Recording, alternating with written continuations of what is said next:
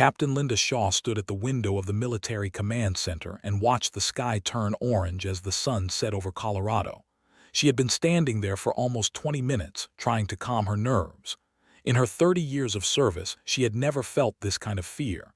Not during the war in the Middle East, not during the border conflicts, not even during the terrorist attacks in New York. This was different. This was not human enemies with human weapons. This was something else entirely. Behind her, the command center buzzed with activity. Dozens of people sat at computer screens monitoring satellites and radar systems. Phones rang constantly. People spoke in urgent voices. Everyone in the room knew what was coming, even if most of them did not want to believe it. Lieutenant Danny Price spoke from his station. He was young, only 26, and his hands shook slightly as he adjusted his headset. "Captain Shaw, we have another transmission coming in." Linda turned away from the window, put it on the main screen. The large monitor at the front of the room flickered to life. The image that appeared made several people in the room gasp. It showed a being that looked somewhat like an insect, with smooth gray skin that reflected the light. Its head was large and round, with 4 dark eyes arranged in a diamond pattern. When it spoke, its mouth moved in ways that seemed impossible. But the words that came from the speakers were clear English, translated by some technology Linda could not begin to understand. "People of Earth, I'm Commander Vex of the Keltorian Empire. We have been watching your planet for many years. We have studied your technology, your weapons, your military capabilities. We find them primitive and outdated." Linda felt anger rise in her chest, but she kept her face calm. Around the room, other officers watched the screen with a mixture of fear and rage. "Your missiles are slow. Your computers are weak. Your ships cannot leave your own solar system. You still burn fossil fuels and split atoms for energy. These are the tools of children playing with fire." The alien paused, and Linda could swear she saw something like amusement in those strange eyes. "We are offering you a choice. Join the Keltorian Empire peacefully. We will teach you our technology. We will bring your civilization into the greater galaxy. Your people will live in comfort and security under our guidance. All we ask is that you accept our authority and follow our laws." And if we refuse, Linda thought, though she knew the alien could not hear her through the one-way transmission. As if answering her question, Vex leaned forward. "If you refuse, we will take your planet by force. Do not think your weapons can harm us.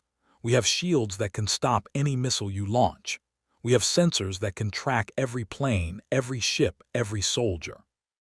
We have weapons that can destroy your cities from orbit without ever landing on your surface. Resistance is not just foolish. It is impossible. You have 48 hours to decide. After that time, our fleet will begin operations. We hope you will choose wisdom over pride." The screen went dark. For a moment, the command center was completely silent. Then everyone started talking at once. "Quiet," Linda shouted. The room fell silent again.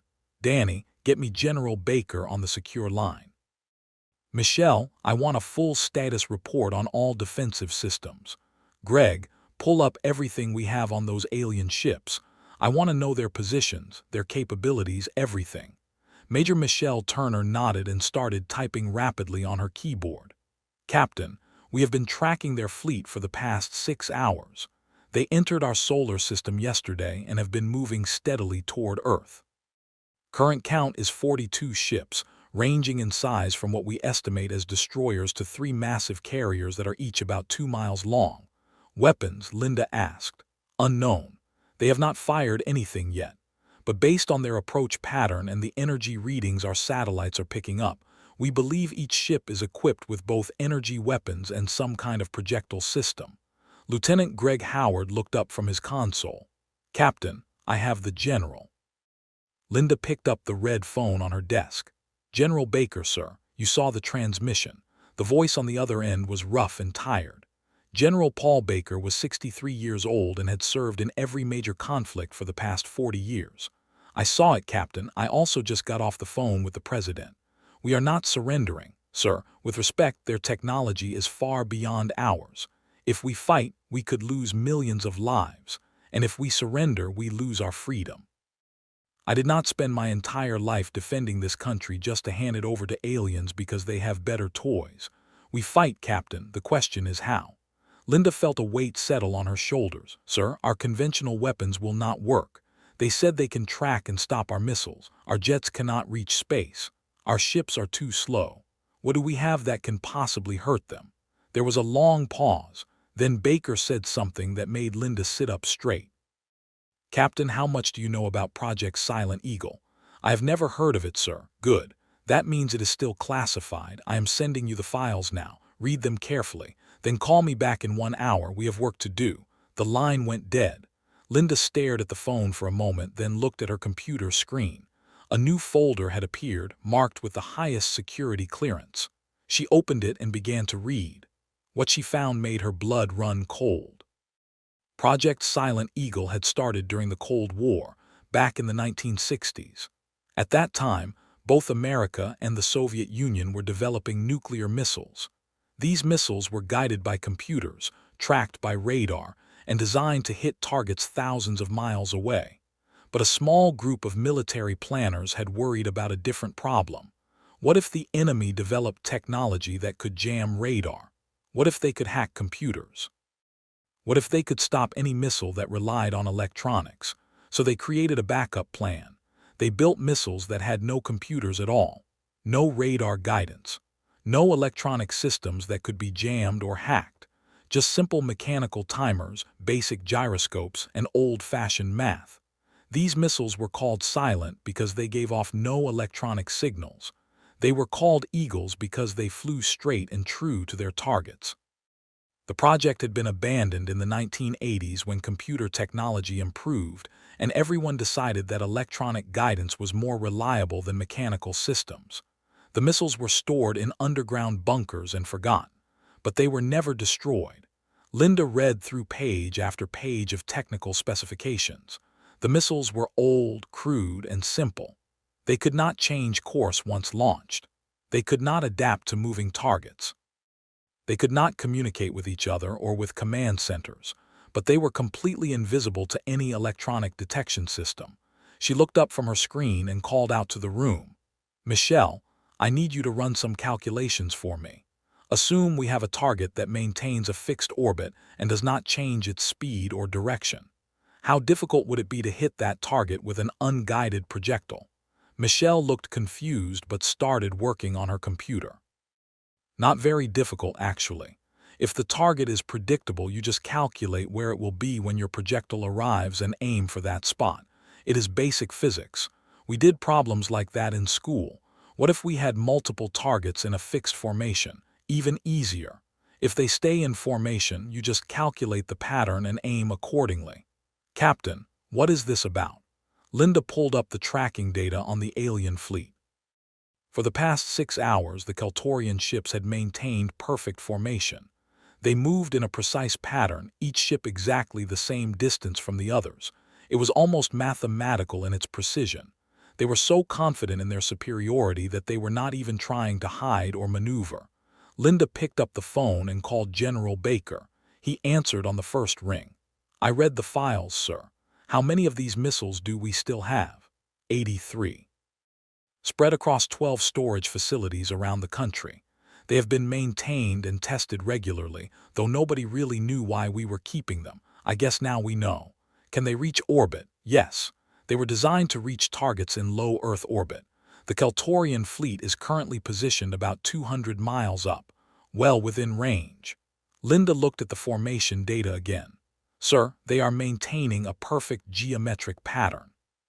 If we can calculate their positions accurately and launch at the right time, we could hit multiple ships simultaneously. That is what I am thinking. But there is a problem. These missiles are completely unguided. Once we launch them, they fly in a straight line until they run out of fuel or hit something. If the aliens change their formation or alter their orbit, we will miss. Then we need to make sure they do not change their formation. We need to keep them confident and predictable until the missiles arrive. How do you plan to do that? Linda thought for a moment. We play weak. We make them think we are terrified and disorganized. We launch a few conventional missiles that they can easily shoot down. We let them think they have already won. If they believe we are no threat, they will have no reason to change their tactics or break formation. She could hear Baker breathing on the other end of the line. Finally, he spoke. It is risky. If they see through the deception, they might attack immediately. And even if they do not, we only get one shot at this. Once those silent missiles are launched, we have committed everything. If we miss, we have no backup plan. Sir, do we have any better options? Another pause. No, we do not. All right, Captain, I am authorizing Project Silent Eagle. You will coordinate with the other command centers to calculate firing solutions. I will personally oversee the missile preparations. We launch in 36 hours. Why 36 hours, sir? We have 48 before their deadline, because we need time for the missiles to reach their targets. These are old rockets, Captain. They are not fast. From launch to impact will take about 8 hours. We need to launch with enough time for them to arrive before the deadline expires and the Keltorians start their attack. Linda felt her stomach tighten. 8 hours. That was a long time for things to go wrong. Understood, sir. We will be ready. She hung up and turned to face her team. They were all watching her, waiting for orders. These were good people, smart people, people who had dedicated their lives to protecting their country. And now she was asking them to bet everything on a plan that sounded completely insane. Listen up. We are going to do something that has never been done before. We are going to fight a technologically superior enemy using weapons they do not even know exist. Here is how it is going to work. For the next hour, Linda explained the plan. Michelle would lead the team calculating the exact firing solutions for each missile. Greg would coordinate with the satellite network to track the alien fleet and predict their positions. Danny would handle communications with the other military bases, and Linda herself would manage the deception. When she finished explaining, the room was quiet.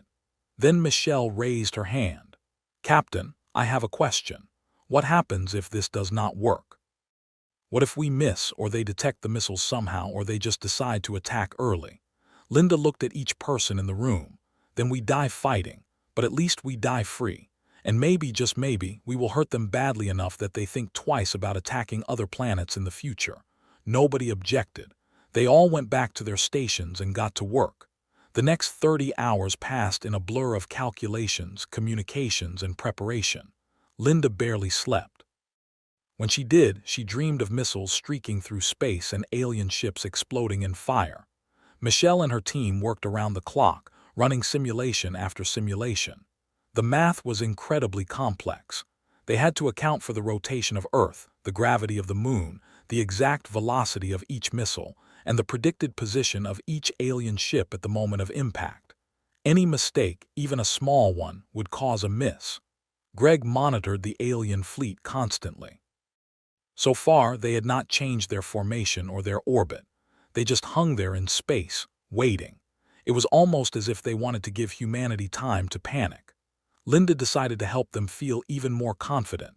24 hours before the deadline, she authorized the launch of 6 conventional missiles. These were modern weapons with computer guidance systems and radar tracking. They were launched from submarines in the Pacific Ocean and aimed directly at the alien fleet. The missiles never had a chance. Greg watched the satellite feeds as the Keltorian ships detected the incoming weapons while they were still hundreds of miles away. Energy beams lanced out from the alien vessels, and the missiles exploded one by one, turned into clouds of debris that burned up in the atmosphere. 10 minutes later, Commander Vex appeared on their screens again.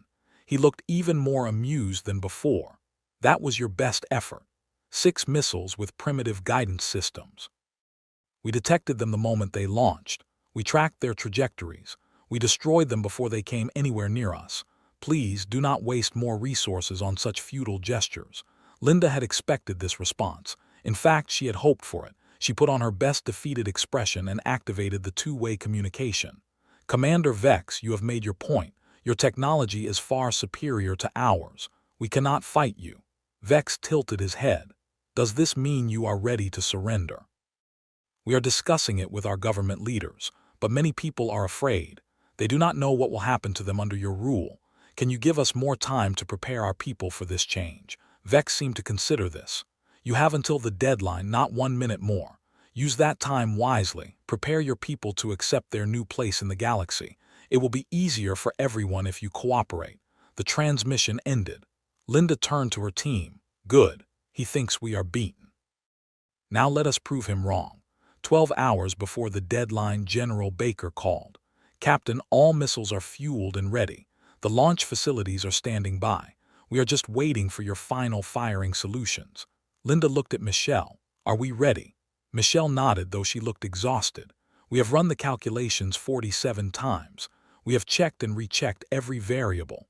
If the aliens maintain their current formation and orbit, we will hit 38 of their 42 ships. The other 4 are positioned in ways that make them difficult to target with our available missiles. 38 out of 42 is good enough. Send the firing solutions to all launch facilities. Authorization code SHA 77 Delta. Michelle hesitated. "Captain, there is something you should know. These calculations assume perfect conditions. If there is any solar wind, if the magnetic field of Earth fluctuates, if the aliens make even a small adjustment to their position, some of our missiles could miss." "I understand, but this is our only chance. Send the data." Michelle sent the firing solutions. Across the country, in 12 different underground facilities, teams of technicians began final preparations. The missiles were old, but they had been maintained carefully. They were ready. 8 hours before the deadline, Linda gave the order: "Launch all missiles." In underground silos in Montana, Arizona, Nevada, and 9 other states, 83 ancient missiles ignited their engines. They rose slowly from their launch tubes, much slower than modern rockets. They left trails of smoke, but no electronic signatures, no radar signals, no computer transmissions. They were completely invisible to the Kaltorian sensors. Linda watched the launch data on her screen. All 83 missiles had launched successfully. They were now climbing toward space, following trajectories calculated with precision. In 8 hours, they would reach their targets, if everything went according to plan. "Greg, status of the alien fleet?" she asked. "No changes, Captain. They are maintaining the same formation and orbit. They show no signs of detecting our launches." Linda allowed herself a small breath of relief, but she knew the next 8 hours would be the longest of her life. She was right. The first hour passed slowly. The command center was quiet except for the soft sounds of computers and the occasional whispered conversation. Everyone was watching their screens, monitoring the alien fleet, tracking the invisible missiles that were climbing toward space. 2 hours. The missiles passed through the upper atmosphere and entered the vacuum of space. They were now completely silent, coasting on momentum and the last of their fuel. There was no way to communicate with them, no way to adjust their course. They were committed. 3 hours. Greg reported that the alien fleet was still maintaining formation. Linda had started to worry that they might break pattern before the missiles arrived, but so far the Kaltorians seemed content to stay exactly where they were. 4 hours. Danny received a call from the president. Linda took it in her private office. "Captain Shaw, General Baker has briefed me on your plan. I want you to know that whatever happens in the next few hours, you and your team have the gratitude of the entire nation. This was a brave decision. Thank you, Mr. President. I hope we can make you proud. You already have. Good luck, Captain." 5 hours. Linda walked around the command center, checking on her team. Michelle was still running calculations, comparing the predicted missile trajectories with the observed positions of the alien ships. So far, everything looked good. 6 hours. The tension in the room was thick enough to cut with a knife. People were starting to make small mistakes, misreading numbers or forgetting procedures. Linda ordered them to take short breaks to breathe, to remember their training. 7 hours. Greg suddenly looked up from his console. "Captain, the alien fleet is moving." Linda felt her heart stop. "Moving where?" "They are adjusting their orbit, not much, just a few degrees, but if they continue this adjustment, some of our missiles might miss." Linda rushed to his station and looked at the data. The alien ships were indeed shifting position, slowly but steadily. She turned to Michelle. "How bad is this?" Michelle worked quickly on her computer. "If they stop moving in the next 10 minutes, we will still hit most of them. If they keep moving, we could lose up to half our targets." Linda stared at the screen, willing the alien ships to stop moving. She had no way to change the missile trajectories, no way to adjust the plan. All she could do was watch and hope. 5 minutes passed. The alien fleet continued its slow adjustment. 8 minutes, still moving. 10 minutes. Greg looked up with relief on his face. "They have stopped. They are holding their new position." Michelle ran new calculations. We are still good. The adjustment was small enough that most of our missiles are still on target. We might lose 3 or 4 hits, but the majority should still connect. Linda sat down heavily in her chair. That had been too close. 7 hours and 30 minutes. Danny reported that they were receiving signals from other command centers around the world. Everyone was watching, waiting to see if this desperate plan would work. 7 hours and 45 minutes. The missiles were now very close to their targets. In 15 minutes, they would either save the world or become footnotes in the history of the last day of human freedom. 7 hours and 50 minutes. Linda stood and addressed the room. Everyone, listen to me. In 10 minutes, we are going to find out if we are heroes or fools. Either way, I want you to know that I am proud to serve with you. You are the best team I have ever worked with.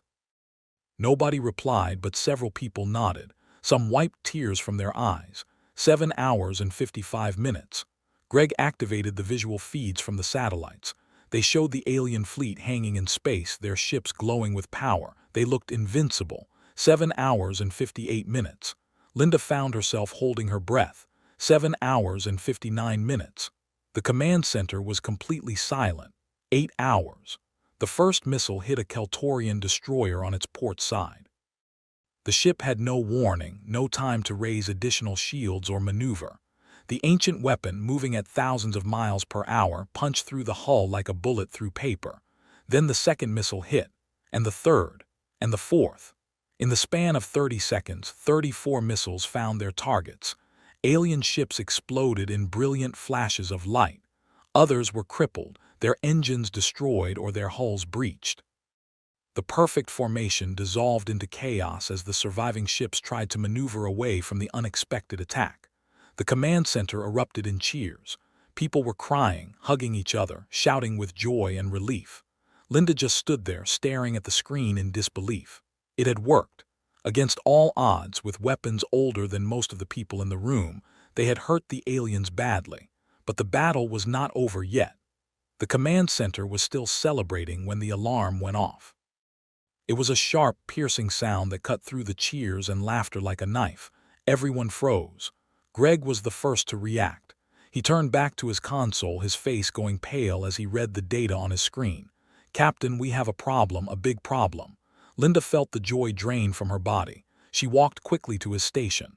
"What is it?" "The alien ships that survived. They are not retreating, they are regrouping, and they are charging weapons." Linda looked at the satellite feed. Greg was right.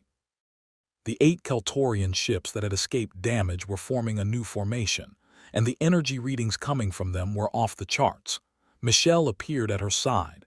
"Captain, those readings. If they fire with that much power, they could destroy entire cities, maybe entire states. How long until they are ready to fire?" Linda asked. Greg worked frantically on his computer. "Based on the rate their energy systems are charging, I estimate 15 minutes, maybe 20 at most." Linda felt panic rising in her chest. She forced it down. "We need options. Danny, can we launch more missiles?" Danny shook his head.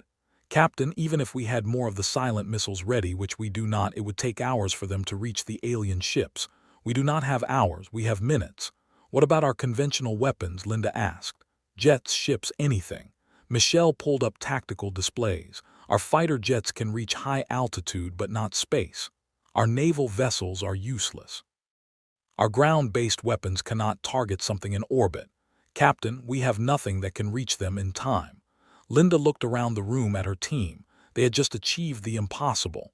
They had defeated a superior enemy using weapons that should not have worked. And now, 15 minutes later, they were facing complete destruction. There had to be something. Some option they were missing. She looked back at the satellite feed.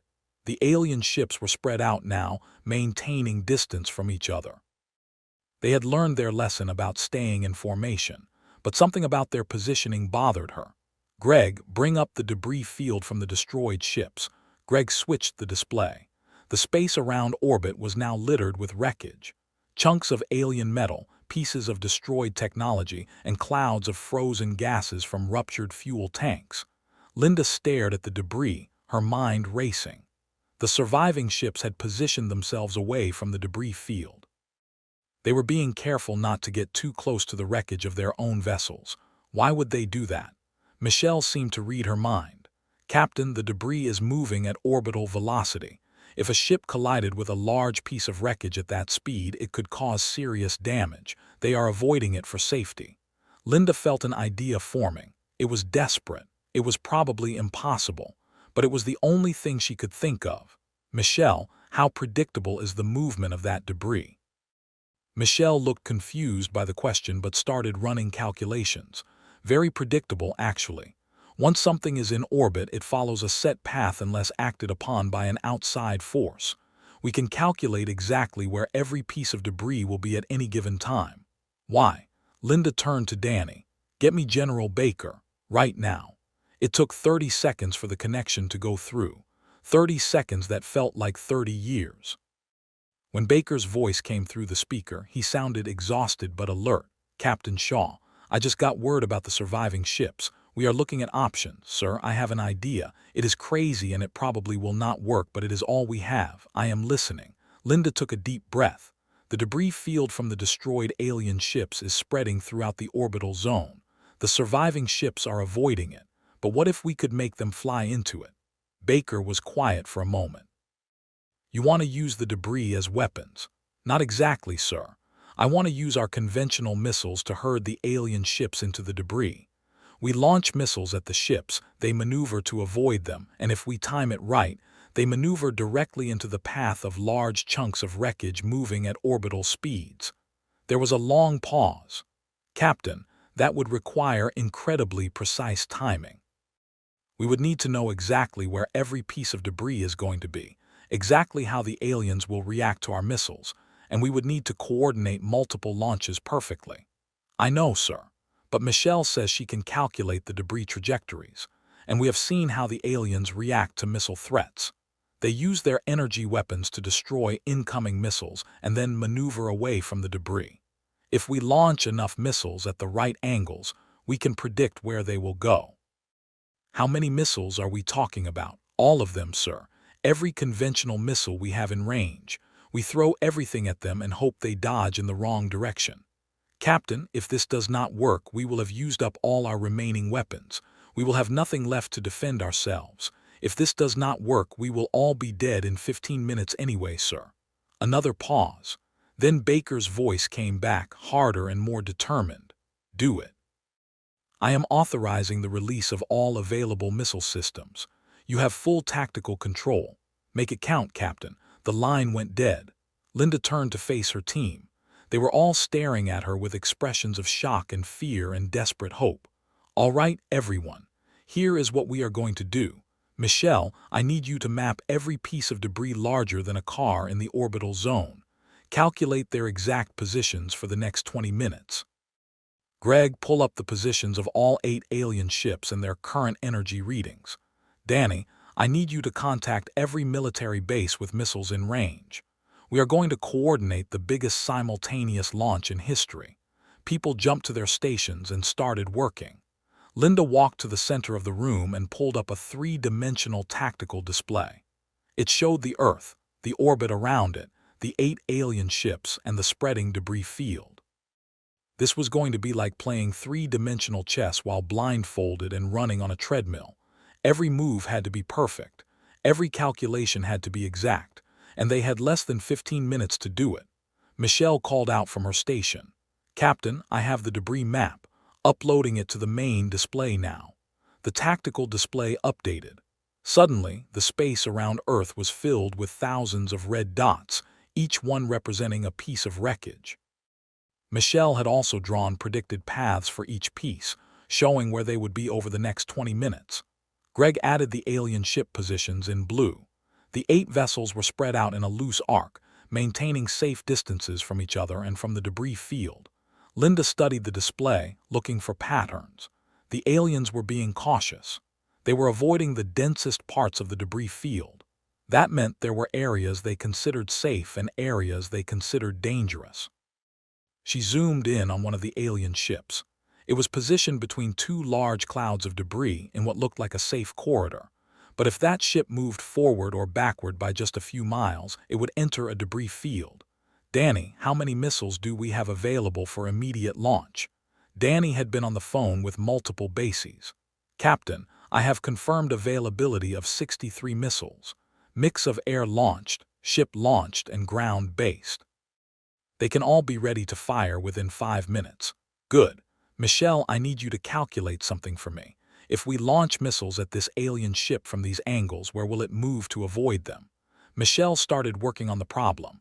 Based on their previous behavior, they will use their energy weapons to destroy the missiles, then maneuver away from the explosion debris.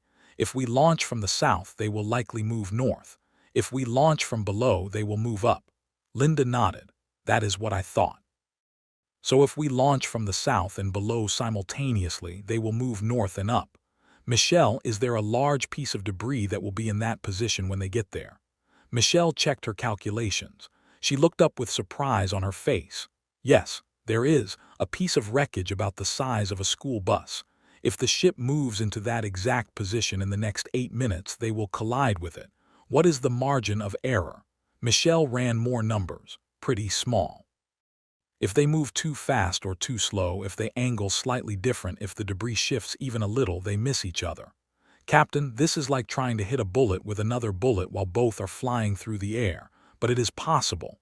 "Technically, yes. But Captain, we would need to do this for all 8 ships simultaneously. The chances of getting all of them are almost zero." Linda looked at the tactical display again. 8 alien ships, 8 targets. And less than 10 minutes before they started destroying cities on Earth. She made her decision. "We do not need to get all 8. If we can take out even 3 or 4 more, we reduce their firepower significantly. Every ship we destroy is thousands of lives saved." "Michelle, calculate firing solutions for all 8 ships. Prioritize the ones with the best chances of collision." "Danny, prepare to transmit launch orders to all missile bases. Greg, keep monitoring those alien energy readings. I need to know the second they are ready to fire." The team worked with frantic energy. Michelle's fingers flew across her keyboard as she ran simulation after simulation. Danny coordinated with over a dozen military bases, each one preparing to launch missiles at a moment's notice. Greg watched the alien ships with intense focus, tracking their every movement. Linda stood in the center of the room and felt the weight of the entire world on her shoulders. She was about to gamble the last defenses of Earth on a plan that might not work. If she was wrong, millions would die, maybe billions, but if she did nothing, everyone would die for certain. Michelle looked up. "Captain, I have firing solutions. 6 of the 8 ships have viable collision scenarios. The other 2 are positioned in areas where the debris is too dispersed. I'm uploading the launch sequences now." Linda reviewed the data. 6 targets, 41 missiles allocated. Each ship would face multiple missiles from different angles, forcing them to dodge into specific directions. And if the calculations were right, if the aliens reacted the way they had before, if nothing went wrong, those directions would lead them straight into high-speed collisions with debris. "If," Danny called out. "Captain, all bases are ready. On your command." Linda looked at the mission clock. The aliens would be ready to fire in 7 minutes. The missiles would take 3 to 4 minutes to reach their targets. That left almost no margin for error. She activated her command authorization. "This is Captain Linda Shaw, authorization code Shaw 77 Delta. Execute coordinated launch of all available missile systems. Target priority as designated in firing solution upload. Launch on my mark." She paused, took one last look at the tactical display, and spoke the words that would decide the fate of the world. "Mark." Across the globe, 41 missiles launched. They came from submarines in the Atlantic and Pacific. They came from Air Force bases in Alaska and Texas. They came from naval destroyers in the Mediterranean and the Indian Ocean. They rose into the sky on pillars of fire, climbing toward space and toward the alien ships that threatened existence. The tactical display updated to show the missiles as white streaks moving toward the blue dots that represented the alien vessels. Greg monitored the alien response. "Captain, they are detecting the launches. Energy weapons are charging. They are tracking the incoming missiles." "Good," Linda said. "That means they are paying attention." The first wave of missiles reached weapons range. Energy beams lanced out from the alien ships. Missiles exploded in brilliant flashes of light. The aliens were destroying the threats exactly as they had before, but they were also moving. Michelle watched her calculations play out in real time. Ship 3 is maneuvering north. Ship 5 is moving up and east. Ship 7 is rotating to get a better angle on the incoming missiles. Captain, they are moving exactly as predicted. How long until potential collisions? Michelle checked her numbers. 2 minutes for the first ship, 2 minutes and 30 seconds for the second. The others range from 3 to 4 minutes depending on their vectors and the debris positions. Greg suddenly called out, "Captain, the aliens are accelerating their charge cycles. They will be ready to fire in 5 minutes, not 7. Linda felt her stomach drop. That changed everything. If the aliens fired before the collisions happened, the entire plan would fail. "Can we speed up our missiles?" she asked. Danny shook his head. "They are already at maximum velocity. There is no way to make them go faster." "Then we need to slow down the aliens," Linda said. "Greg, can we disrupt their charging process somehow?"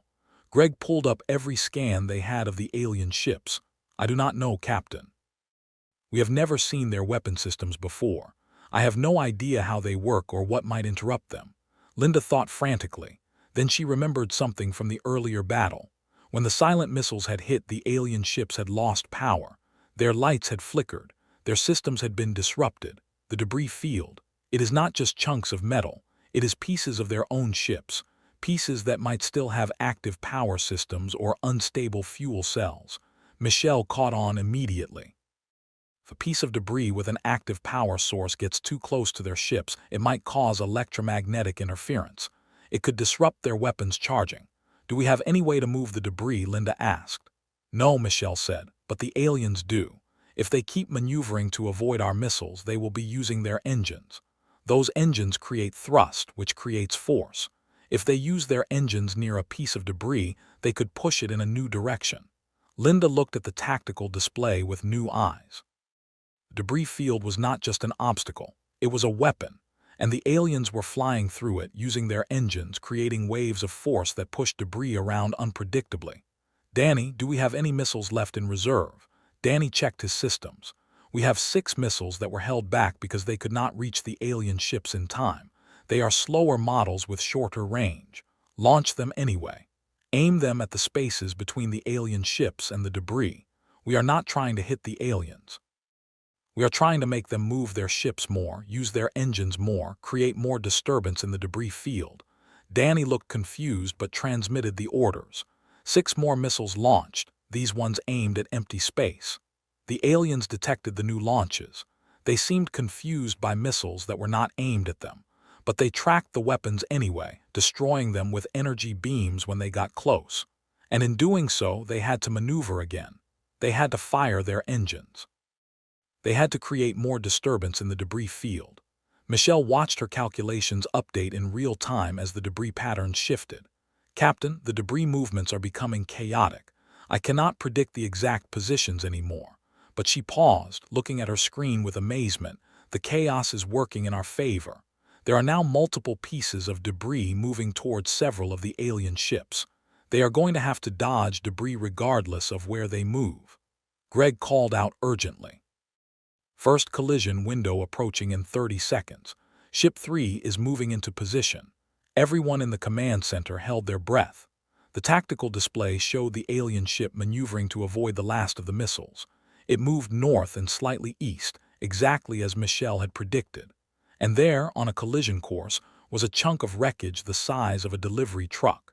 It was tumbling slowly, moving at over 17,000 miles per hour. The alien ship tried to compensate at the last second. Its engines flared as it attempted to change direction, but it was too late. The debris smashed into the ship with devastating force. The impact was catastrophic. The alien vessel broke apart, splitting into 3 large pieces that spun away in different directions. Secondary explosions rippled along its length as fuel tanks ruptured and power systems overloaded. The command center erupted in cheers, but Linda cut them off immediately. "Quiet. We have 5 more ships to go." Greg's status of the remaining vessels. Greg was already analyzing the data. Ship 5 collision in 40 seconds. Ship 1 collision in 90 seconds. Ships 7, 2, and 8 all within 3 minutes. What about their weapons? Are they still charging? Yes, Captain, but the destruction of Ship 3 seems to have spooked them. They are maneuvering more defensively now. That might buy us time, or it might cause them to miss the debris entirely, Michelle said quietly. Linda watched the tactical display with intense focus. Ship 5 was moving now, trying to position itself away from the chaos. But there were 3 separate pieces of debris converging on its position from different angles. It could avoid 1, maybe 2, but not all 3. The commander must have realized the danger.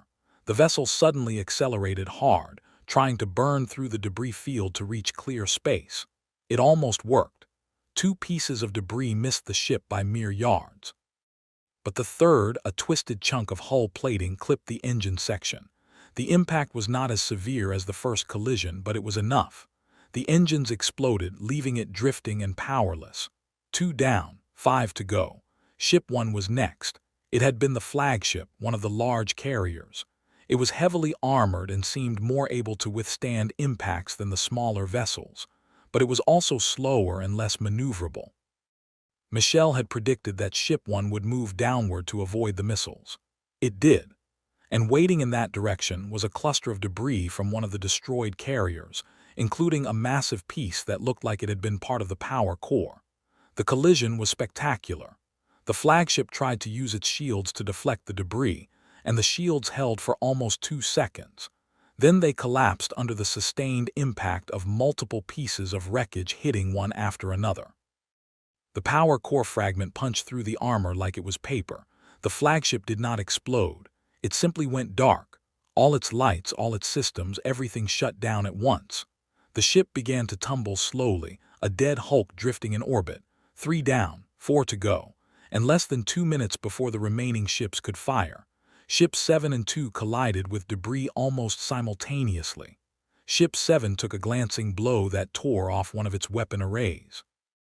Ship 2 was hit from behind by debris it had not seen coming, damaging its maneuvering thrusters. Neither ship was destroyed, but both were clearly wounded. Their energy readings dropped as they diverted power to emergency repairs. That left ships 8 and 6. These 2 had positioned themselves the furthest from the debris field and had the most room to maneuver. They had also apparently learned from watching their companions die. They were moving slowly and carefully, tracking every piece of debris nearby.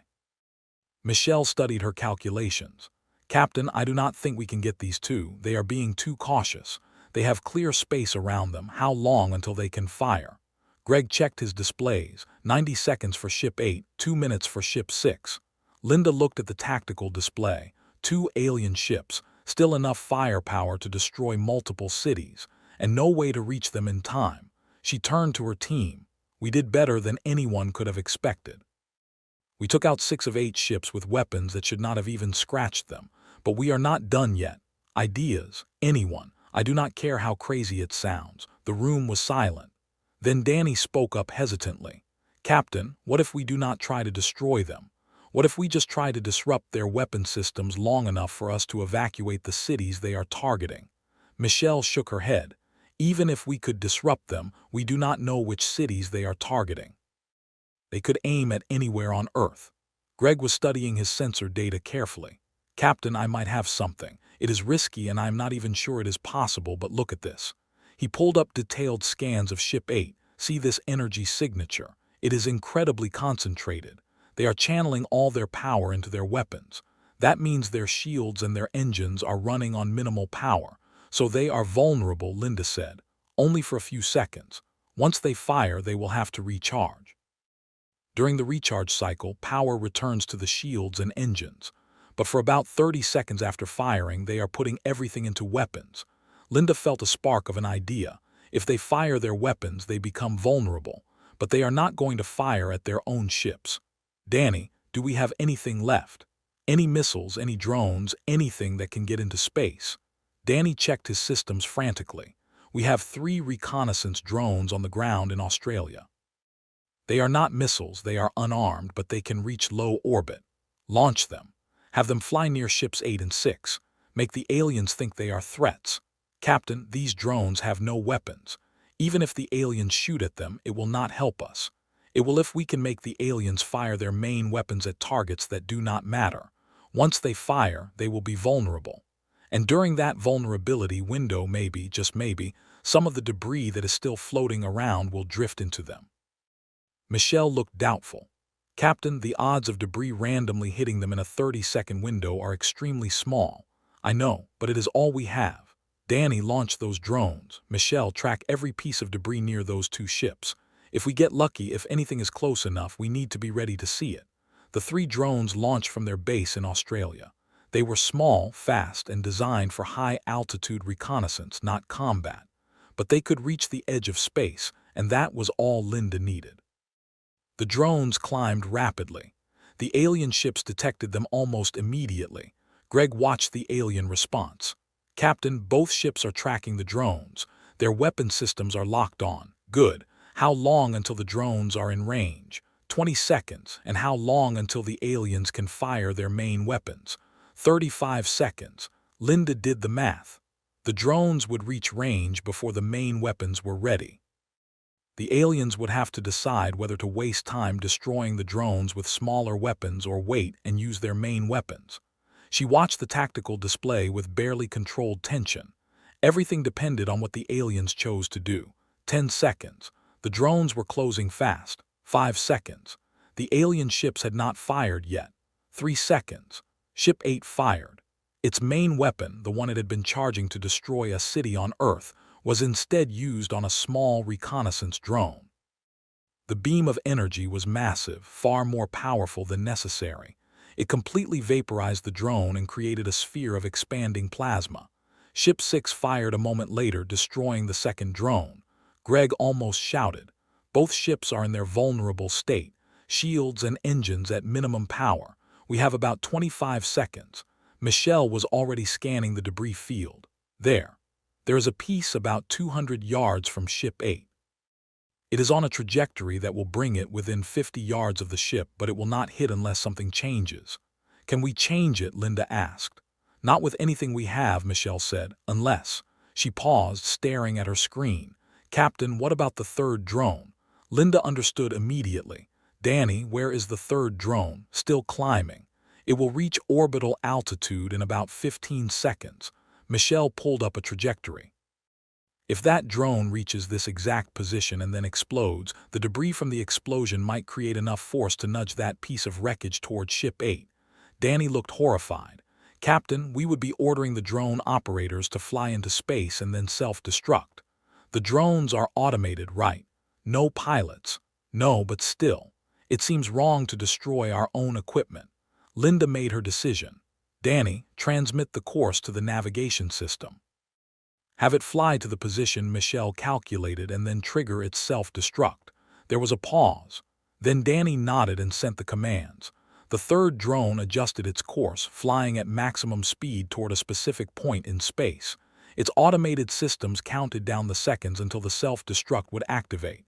Greg counted down the alien vulnerability window.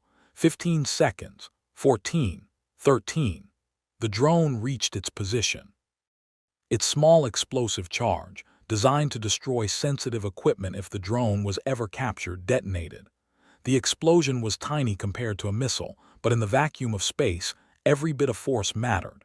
The expanding gases from the explosion pushed against the nearby debris. The chunk of wreckage, which had been drifting past Ship 8 at a safe distance, was nudged slightly in its path. Just a few degrees. Just a few miles per hour of additional velocity. Michelle watched the trajectories recalculate. It is going to hit. Captain, it is going to hit. The wreckage collided with Ship 8 while its shields were still at minimum power. The impact tore through the hull and struck something critical. The ship exploded from within, consumed by a massive secondary explosion that could only mean their fuel or power systems had been compromised. 7 ships down, but Ship 6 was still active, and its vulnerability window was ending. Greg called out. Ship 6 shields are coming back online. They are restoring power to defenses. We are out of time. Linda stared at the last remaining alien ship on the tactical display. It was wounded with one damaged weapon array, but it was still functional, still dangerous, still capable of destroying a city, and they had nothing left to throw at it. The command center fell silent. They had fought with everything they had. They had used ancient missiles and debris fields and reconnaissance drones. They had improvised and gambled and somehow succeeded beyond any reasonable expectation. But one ship remained. Then Greg spoke up, his voice uncertain. "Captain, Ship 6 is moving." "Moving where?" Linda asked. "Away. It is moving away from Earth. It is leaving orbit." Linda looked at the tactical display. Greg was right. The last alien ship was not charging weapons. It was not positioning for an attack. It was running. She felt a weight lift from her shoulders. The aliens had come to Earth confident in their superiority. They had expected an easy victory. Instead, they had lost 7 of 8 ships to a species they had considered primitive and weak. The last ship had apparently decided that the risk was not worth it. Danny checked his communication systems. "Captain, we are receiving a transmission. Audio only. Play it." The voice that came through the speakers was not Commander Vex. It was a different voice, speaking through the alien translation technology. "This is Captain Orax of the Keltorian vessel Defiant. We acknowledge the strength of the human resistance. We are withdrawing from this system. Commander Vex is dead. Most of our fleet is destroyed. We will report to our empire that Earth is not to be targeted for conquest." There was a pause. Then the voice continued with what almost sounded like respect. "Your tactics were unexpected. Your determination was impressive. You defeated us with weapons that should not have been effective. We underestimated your species. We will not make that mistake again. Farewell, humans." The transmission ended. The last alien ship fired its engines and began accelerating away from Earth. Within minutes, it would be out of the solar system entirely. For a long moment, nobody in the command center moved or spoke. Then someone started clapping. Then someone else joined in. Within seconds, the entire room was filled with applause and cheers and tears of relief. Linda stood in the center of the chaos and felt the emotion wash over her. They had done it. Against impossible odds, with improvised tactics and desperate gambles, they had saved Earth. Michelle approached her with a smile. "Captain, we should probably start thinking about cleanup. That debris field is going to be a navigation hazard for years." Linda laughed, surprising herself. "That is a problem for tomorrow, Michelle. Today, we celebrate being alive." General Baker called a few minutes later. His voice was thick with emotion. "Captain Shaw, on behalf of the President, the military, and the entire human race, thank you. You and your team did the impossible. We had good people, sir, and we got lucky." "Luck had nothing to do with it, Captain. You saw opportunities that nobody else saw. You made decisions that nobody else would have made. You saved billions of lives today." Linda looked around at her team. They were exhausted, relieved, and proud. "Sir, I had a lot of help." "I know. I have already authorized medals and commendations for everyone involved. But Captain, there is something else. The President wants to meet with you. So do the representatives from the United Nations. And apparently every news organization on Earth wants to interview you." Linda groaned. "Sir, with respect, can that wait? My team needs rest. And honestly, I think I need to sleep for about a week." Baker laughed. "It can wait. Take a few days." "But Linda, the world is going to want to hear your story. How we defeated an alien invasion with Cold War missiles and improvised tactics. It is going to become legendary. Sir, I just hope it never has to happen again." "So do I, Captain. So do I." The call ended. Linda walked to the window and looked out at the setting sun. The sky was peaceful, beautiful, normal. Somewhere overhead, a debris field floated silently, the only evidence of the battle that had just been fought. She thought about Commander Vex and his arrogant assumption that human weapons were too primitive to pose a threat.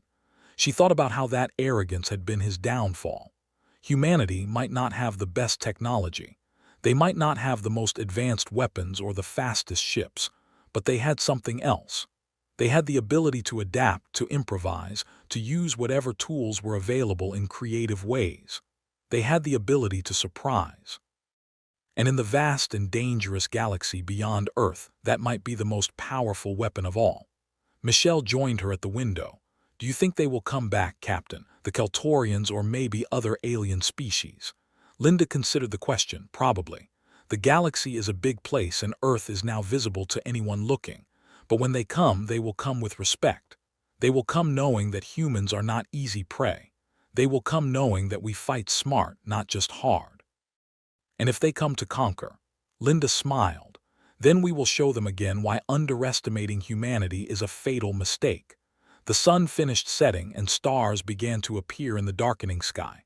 Linda stood there with her team around her, looking up at the universe that had suddenly become much larger and more dangerous than anyone had imagined just 2 days ago. But for tonight, Earth was safe. The battle was won. And somewhere in space, an alien ship was carrying the message that would spread through the galaxy. Humanity had arrived, and they were not to be underestimated. The command center slowly began to empty as people left to rest, to call their families, to process what they had just experienced. Linda remained at the window for a while longer, thinking about the future. There would be changes now. Humanity would need to prepare for more contact with alien species. They would need better defenses, better technology, better coordination. The nations of Earth would need to work together in ways they never had before, but those were challenges for tomorrow. Tonight, she would allow herself to feel the victory, to feel the pride of a job well done. Tomorrow, the work of preparing for the next threat would begin. But tonight, Earth slept peacefully under stars that were no longer quite so distant or unknown. And in a command center in Colorado, a captain stood watch over a world that had just learned it was not alone in the universe, but had also learned it could defend itself. The age of human space exploration had begun not with a journey outward, but with a battle for survival. And humanity had proven it was ready for whatever challenges lay ahead.